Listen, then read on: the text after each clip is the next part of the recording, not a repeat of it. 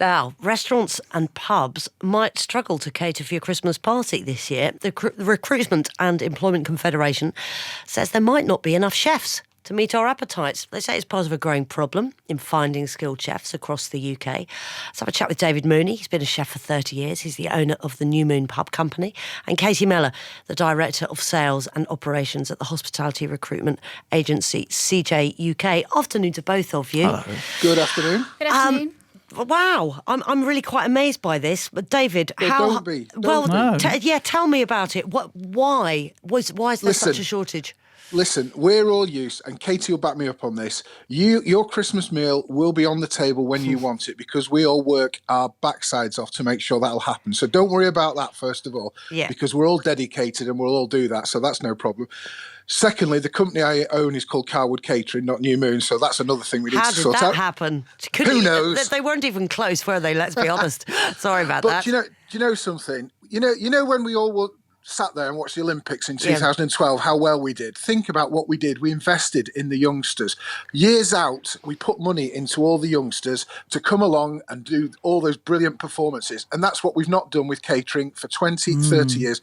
The whole time I've been involved, there's been underinvestment, and people, got people in from Eastern Europe to try and cover all the shortfalls, and it's just not happening anymore. 42% of chefs are migrant workers, are the figures that we have. 18% of chefs are from the EU. Is it that this is a hard job, a not brilliantly paid job, a job where almost inevitably you are going to work incredibly long hours, most of them at the weekend? Exactly like being a radio presenter. Not really, not 1 till 4 days a week. Has to be fair, David. I'd like to be. Hours. No. And in all seriousness, it's hard work, David. It's very hard work, physically and mentally. But do you know something? It's one of the few careers that you can go in at 16 with very, very little and work and work and work. And with a little skill, a little common sense and a lot of hard work, you can become really successful and you can do really, really well. And that's the important thing. It's not a dead-end career. It can be if you want it to be, like everything else. Sure. But yes, it is hard. Depends what you put into it.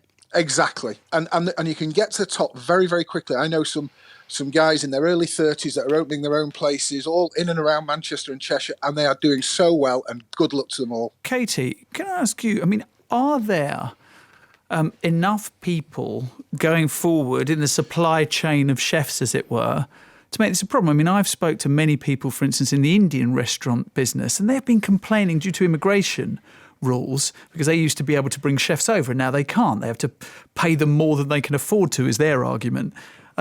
So is this going to solve itself unless there's some relaxation of immigration rules? Well, I think David's point is interesting about not much investment going into the young people coming through, because I actually disagree with that point. I've been in a college this morning, Accrington and Rosendale College.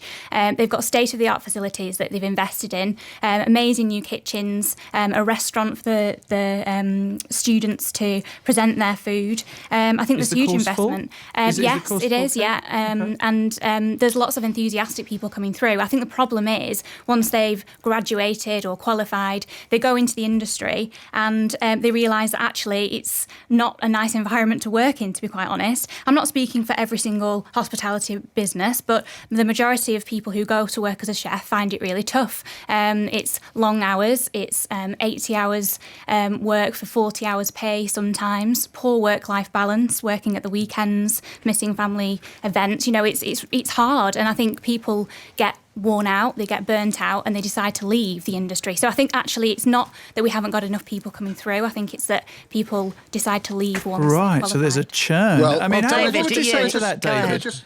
I think one of the problems is that, Accrington Rosendale is probably one of the best colleges in the northwest of England, and I've cooked there myself many, many years ago.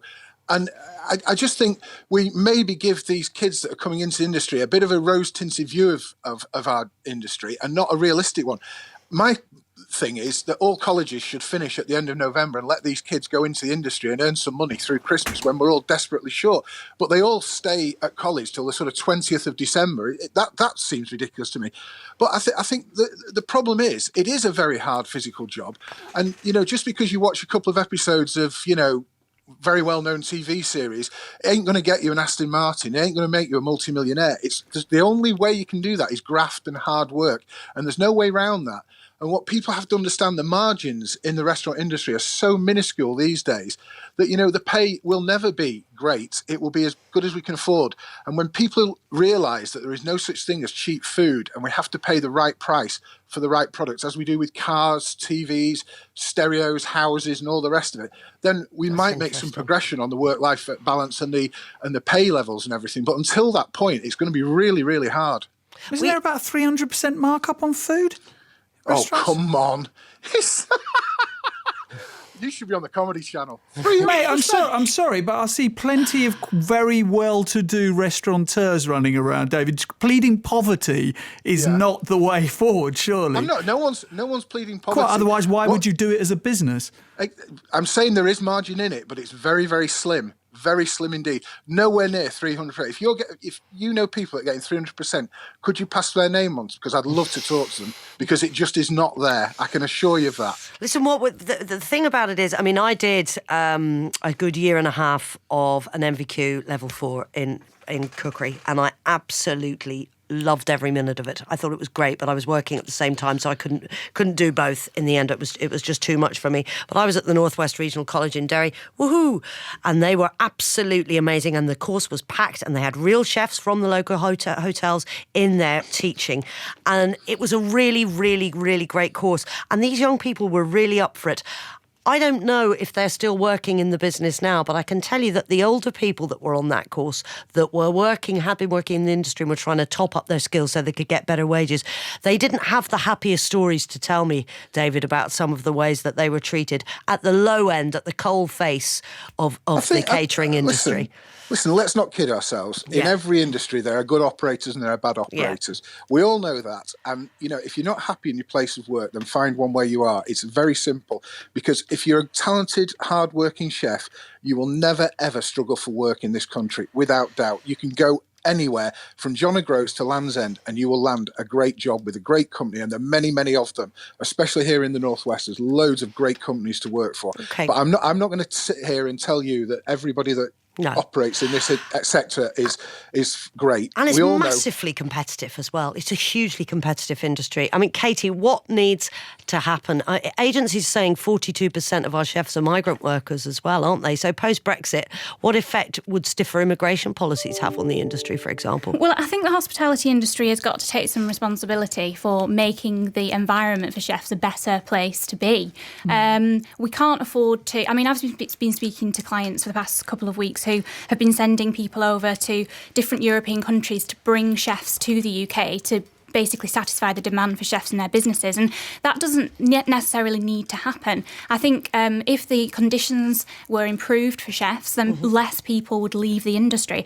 Another thing that I think is really, really important is to for businesses to embrace the use of temporary chefs, because they can react to flexes in demand. So if they have a period where they need to cover their busy kitchen, they can take a temporary chef on and then not cover a quieter period, maybe in January or February. Okay. I think that's really important, and more chefs are moving to temporary work because they have more control over their work-life balance. They get paid for every hour that they work, and I think that's one of the reasons for the chef shortage, that chefs are leaving permanent jobs to go into temporary work. Because they get better money. Yeah, better money, more control over their work-life balance. It's one of the main reasons that there's a perceived chef shortage, I think. This is something that we're going to come back to, because it's really, really interesting. Thank you both very much. Katie Mellor, Director of Sales and Operations, and David, tell me where you're from again, because we got it so badly wrong. It's a company called Carwood, and we're based in Cheshire and Manchester and Liverpool. Magic, good to talk to you, mate. Thank you very much indeed. I hope I didn't get inland revenue after suggesting 300% profit margins on it. But and of course, I was just looking at something online actually, which said in 2014 more than 1,200 restaurants went bust in that year alone.